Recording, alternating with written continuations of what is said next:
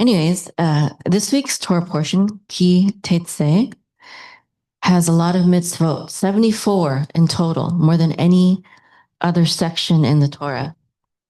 And these commandments span every corner of our life: how to fight with restraint, how to marry with dignity, how to do business with honesty, how to care for animals with compassion, how to protect the vulnerable in society.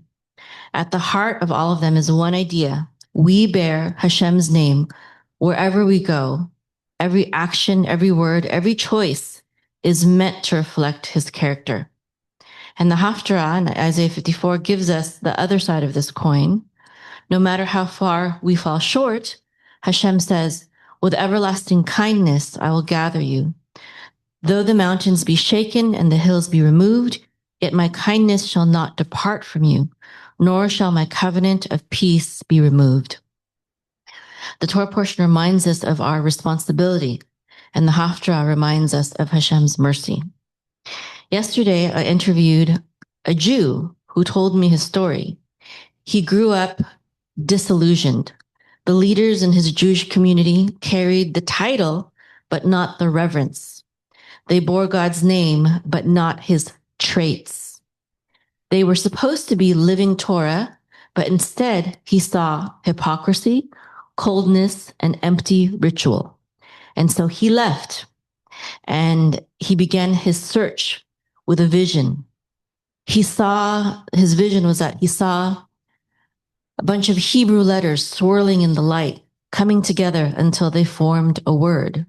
And to his shock, the word that was formed was Allah, but written in Hebrew. And shortly after, he met a Sufi Islamic teacher who spoke to him of oneness and love, the very heart of Hashem's character. What he should have been taught through Torah and by the example of Jewish leaders, he instead received through Sufism. He was born Avraham, but in Sufism, he became Ibrahim, the same name, yet a symbol of crossing over from the house of Israel into the house of Ishmael, or Islam. After hearing his testimony, I told him what I believe about the commandment, you shall not bear Hashem's name in vain. This is not only about pronouncing God's name with care. It is about carrying his name with integrity.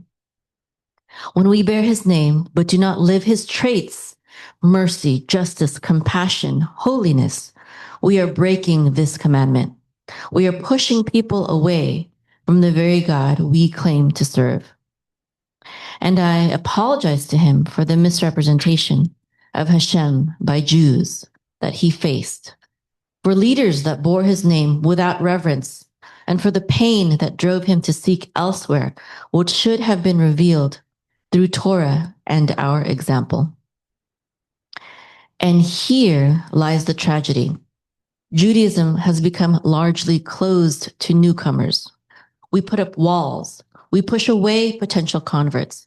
We forget our mission to be light in this world, to help them walk the path towards Hashem. And when we hide our light, the world still hungers for God. And so Islam has risen with multitudes, proclaiming oneness where Israel was meant to be the light. But Hashem's covenant with Avraham, with our Avraham, was never meant to be locked away. Through you, all the families of the earth shall be blessed, the Torah says, not hidden, not hoarded, blessed. When a man named Avraham has to become Ibrahim to find God's love, it means we have forgotten our calling.